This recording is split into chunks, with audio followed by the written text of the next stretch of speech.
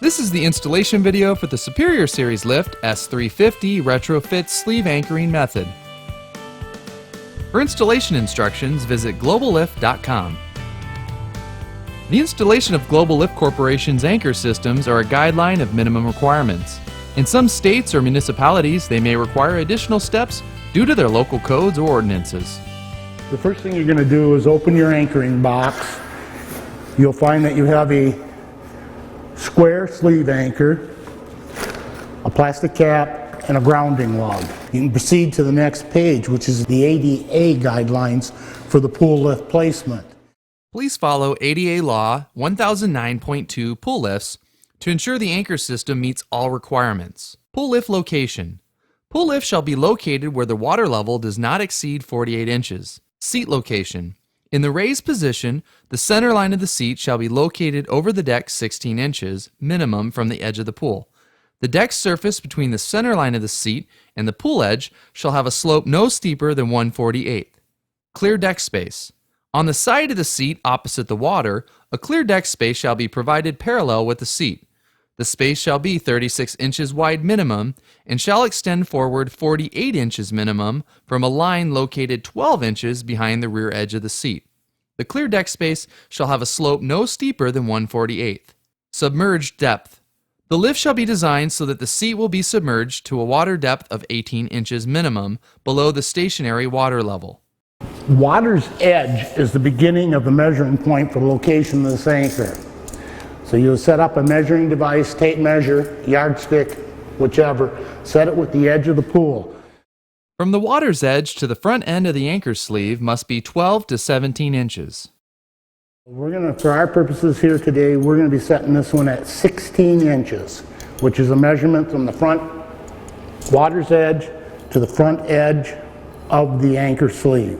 Once you've established where you're going to be placing the anchor, just mark it on the surface.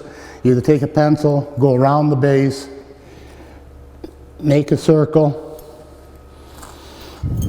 just something that you can find a center, and that'll be the place where you're going to drill your hole, for which you need, in this instance, we're going to be using a 5-inch diameter core bit.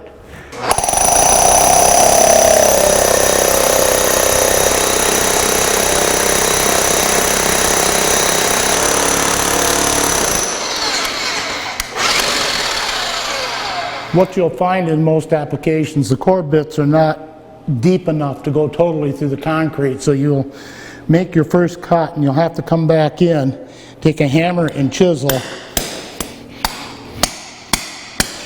and you chip away at the hole to get the excess out, so you are technically starting on a new level, and hopefully it'll give you enough depth to get all the way through the thickness of the concrete. You clean all that excess out of there, and then you can start drilling again.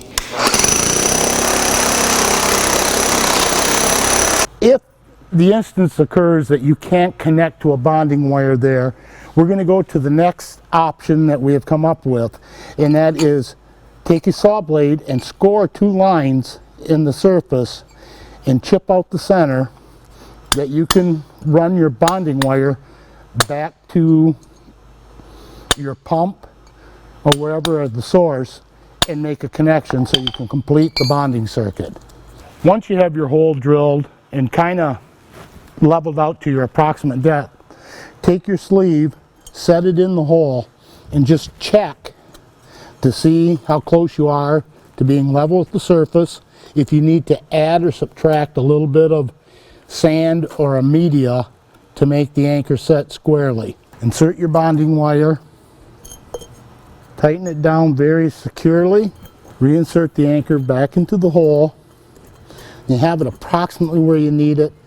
Take the bonding wire over to the edge, bend it down, and put it to the bottom of your trench. Then once that is done, you'll have to reposition your anchor. Make sure you are still level with the existing surface. Do any small adjustments you might have to do before pouring the anchoring cement. To complete the anchor installation, pour your hydraulic anchoring cement into the hole so it evenly goes around. Just try to keep it very close to the level of the hole, and then Do the same thing with your trench. Just slowly fill it in. Get off as much excess as you can, because once it hardens, it'll have to be ground off or stoned off.